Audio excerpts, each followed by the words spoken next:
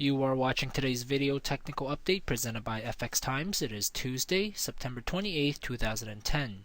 I'm Fan Yang, your chartered market technician, and I'll go over some developments in the Forex markets.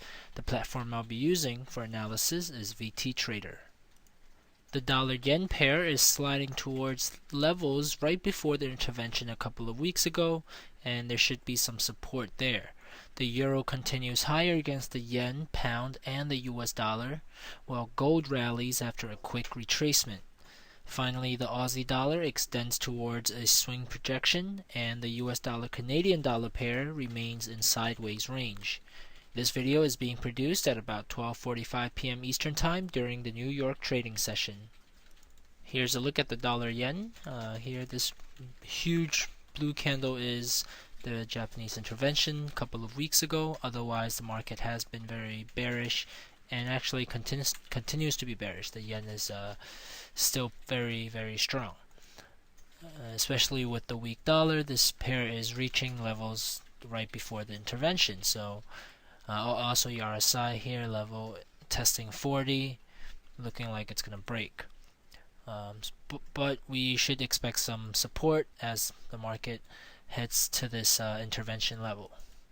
And 4-hour time frame shows the market breaking below 61.8% at 84.05, and now it's heading towards the next level of support, possible support at 83.50. Ultimately, there's a very good chance, at least, of support at 83, either from intervention or just from at least the speculation of an intervention. Here's a look at the euro-yen pair as the market continues to rally but has slowed down a little bit. There's a heavy choppiness component to this rally. We see that there's a bearish divergence, so the market is slightly pressured, and that's why it's bending. But there is also a positive reversal with still rising lows, where the RSI lows are declining. So here, yesterday we had this projection, and today we have another projection as such. So we are heading towards that 114 area, looking like there's some resistance there, and we may be turning the corner if the market can break below this rising support. So this is a very important support line. If the market can break downwards, not sideways, but downwards, and break below it, then we may be in a reversal. And in the daily time frame, we see that this reversal could aim at this 50% retracement area right at 110 level, maybe even a bit lower than that. But we shouldn't look for the market to continue all the way down to this support level, but rather the middle of this range. Okay. And finally, the euro is also up against the pound. And here's a projection from yesterday. We saw the second swing here head towards, I mentioned there was a lot of support here at 0.8430 area, 61.8% retracement. Also, we had these resistance extended here, this support extended out here. So the market actually didn't even break this previous low here, and continued higher in the last 4-hour candlestick here. So shot up, and this was sort of the anticipated push, one more push, especially when there is here we have sort of a positive reversal here. Okay, so the aim was at least this previous high, as this previous low is equal, but here we see a slight overextension of that. But we did anticipate resistance at 0.86.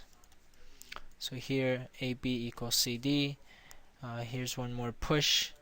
We should see some resistance there, and then the market can decline at least towards 0.84, 83, 50 area. Okay, here see 0.84 here.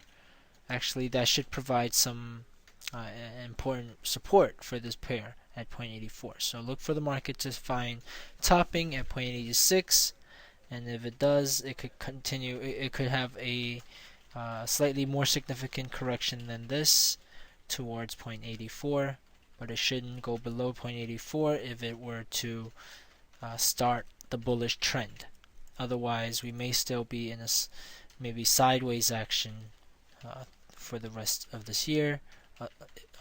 Otherwise, if the market breaks above here, though, we look for resistance one last time at 0.8730, and if it breaks that, then the market is bullish in the intermediate term. Right now, it's bullish in the short term, looking for some resistance in the near term for another short term retracement.